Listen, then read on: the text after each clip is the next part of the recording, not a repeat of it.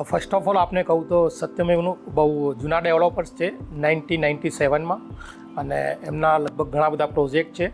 એમાંનું જે આ પ્રોજેક્ટ છે એકદમ આંબલીના લોકેટેડ છે, અને ચારેય સાઈડ દરેક એમ્યુનિટીઝ છે. રાજપથ ક્લબ છે, કર્ણાવતી ક્લબ છે, સિંધુ ભવન રોડ છે, આંબલી રોડ છે, આ બધાનો તમને એપ્રોચ મળી શકે છે.